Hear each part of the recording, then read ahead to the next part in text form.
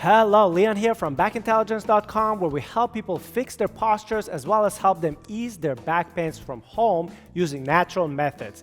And today I'm going to be talking to you about how long does sciatica last? This is a common question that we get, and I've summoned 3 studies, and I'm going to tell you the results in all those 3 studies so that you can really understand how long sciatica lasts. Now, before I go into the studies, I just want to mention that we did a sciatica exercises video with Dr. David Oliver with 3 effective exercises. So it's going to be linked somewhere here in the video or down below in the description. So you might want to watch that later on anyway if you have sciatica. We also have a very extensive article on our website at backintelligence.com talking all about sciatica, the causes of it, and how you can relieve it, all right? So let's now get to how long does this condition last. So the first study that I found, it said in the results section, it said most cases of sciatica resolve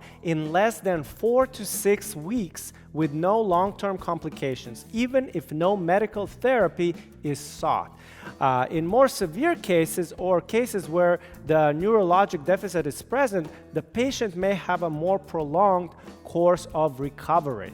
So what it's saying is that even if you don't do anything that has to do with medical intervention, your symptoms could go away within about 4 to 6 weeks. Now, of course, if you use some exercise and if you strengthen your core and improve your posture, you can even improve faster, all right?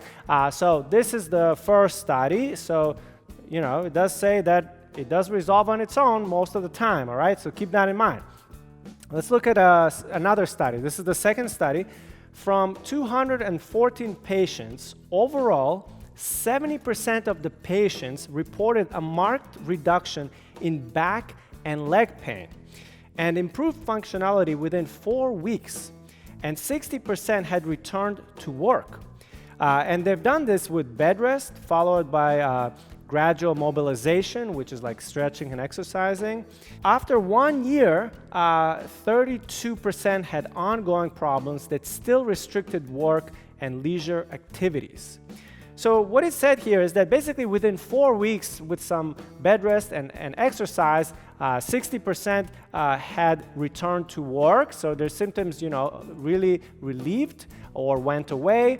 But they do say here that after 1 year, there was 32% that had some more complicated symptoms of sciatica that did not go away right away, okay? So keep that in mind as well. All right, let's look at the third and last study that I looked at. In this one, they gave one group painkillers, you know, over-the-counter Advil kind of drugs, and then the other group was a placebo group that nothing was done to them to kind of measure the effectiveness of both of those groups with sciatica. And what they found here is that people who were taking the drugs, so 60% of the patients taking the drugs recovered within 3 months, and 70% recovered within 12 months. So that's people who were taking the drugs. In patients receiving the placebo treatment, approximately 50% reported improvement in 10 days, and 75% of the patients reported improvement after 4 weeks. But they still found that about 30% of the people were having recurring sciatic pain. So, as you can see, there's a common theme in all these 3 studies. For the most part, within about 4 weeks or so, it can go away with some rest, with some icing, with some exercising. It can go away. However, there was a subset of people, about 30%, that had more serious recurring sciatica coming back. Okay, so it didn't go away even after a year or so or more. Okay, so keep that in mind, that most cases of sciatica can resolve on their own, but there is a subset of people that may have something more severe going on, and so it may take them longer to recover, okay?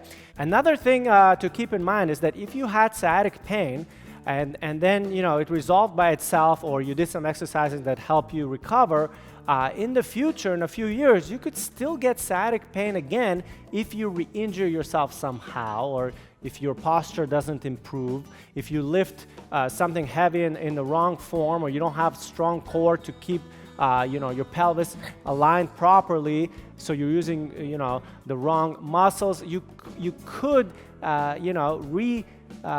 injure yourself and get sciatica again. And sciatica can come in many different forms, right? From many different things. It can come from herniated disc or bulging disc or stenosis.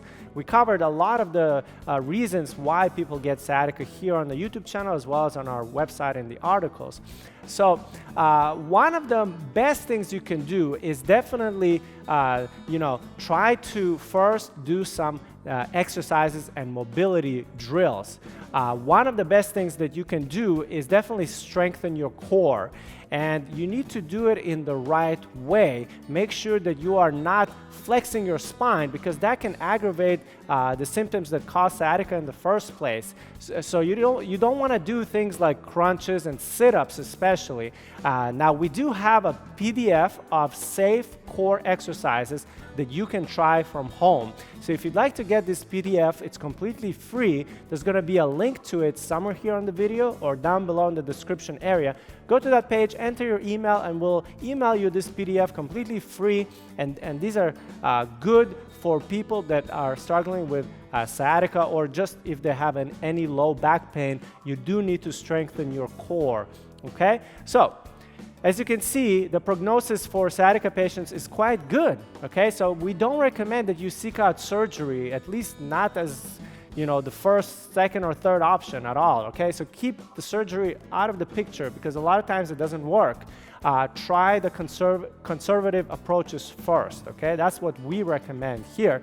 And if anything, consult with your physician. All right. So I hope you enjoyed this video, and if you did, please give us a like, as well as subscribe to this YouTube channel for more practical back pain and posture tips. All right, see you next time.